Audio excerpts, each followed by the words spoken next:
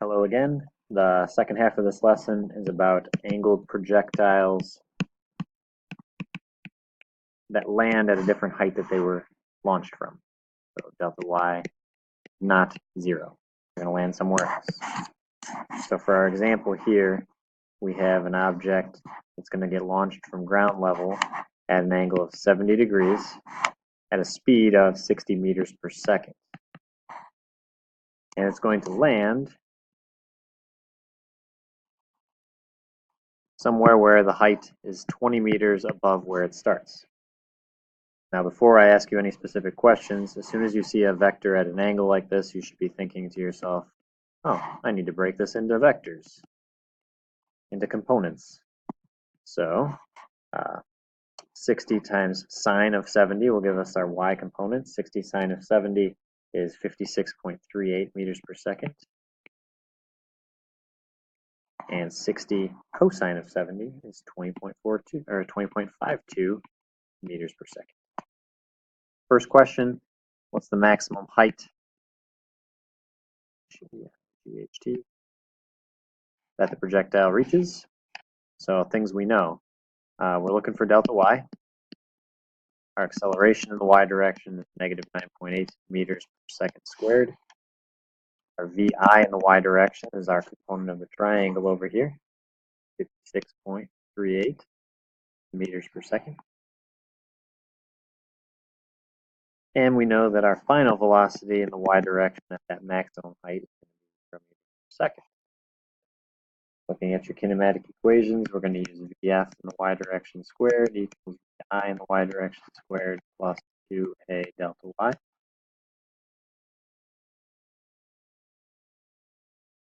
Plug in the values you know. Solve for the one you don't.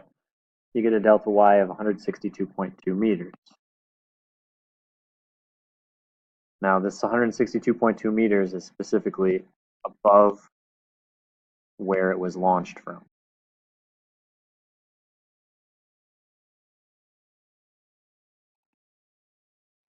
So in other words, 142.2 meters above where it lands.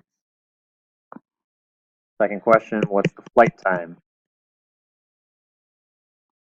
How long is this thing in the air?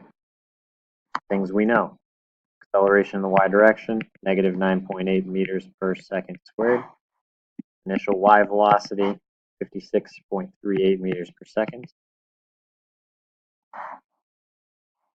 Delta y is going to be 20 meters. It lands 20 meters above, higher than it started. And we're looking for t.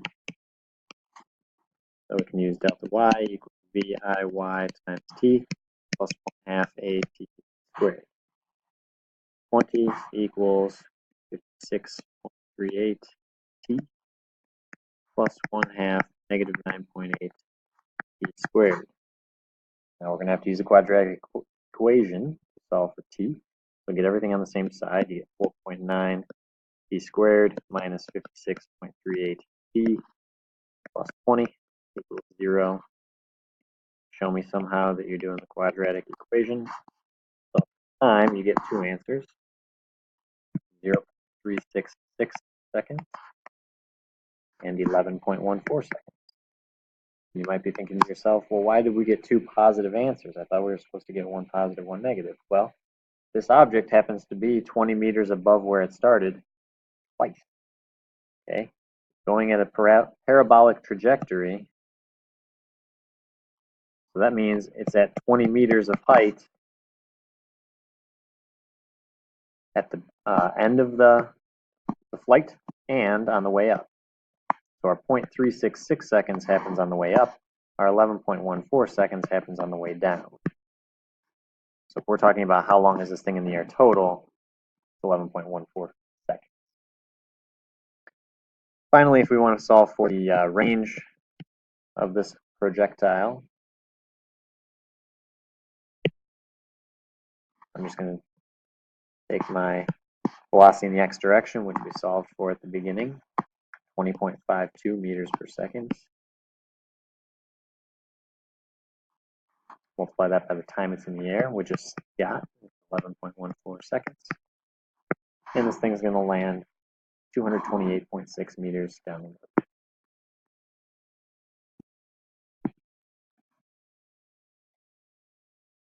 Thanks. Hopefully that helps, and now you're able to solve some angled projectile problems.